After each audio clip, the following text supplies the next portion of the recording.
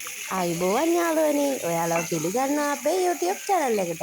අද අපේ උදේ කෑම වෙන්නේ දෝසෙයි සාම්බාරුයි ඒ වගේම තමයි සම්බර්.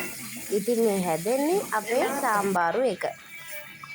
අපි අද හරිස්චන්ද්‍රගේ දෝසෙ පැකට් එකෙන් තමයි දෝසෙ හදාගන්නේ. ඒකෙන් දෝසෙ 20ක් හදන්න පුළුවන්. අපේ සාම්බාර එකත් හරි දෝසෙත් ඔන්න හැදීගෙන ඇවිල්ලා. හොඳට මේක පිපෙන්න තියන්න ඕනි විනාඩි 15ක් විතර. ඉතින් අපි බලමු අපේ සම්බල් එකත් කොහොමද කියලා. අද නම් අපි රතු පාට සම්බල් එකක් තමයි හදාගත්තේ. ඉතින් තව දෝසයක් අපි දාගත්තා. මේකෙන් අපි දෝසෙ 12ක් හදාගත්තා. ඉතින් යාළුවනේ ඔයාලත් උදේ කෑම වේලට මේ වගේ රසවත් ආහාර වේලක් හදාගන්න අමතක කරන්න එපා. ඉතින් ඇත්තටම තෝසි කියන්නේ හරිම රස කෑමක්. ඉතින් මම ඔයාලට බයි කියලා කියනවා. මගේ වීඩියෝ එක බැලුවට ගොඩක් ස්තුතියි.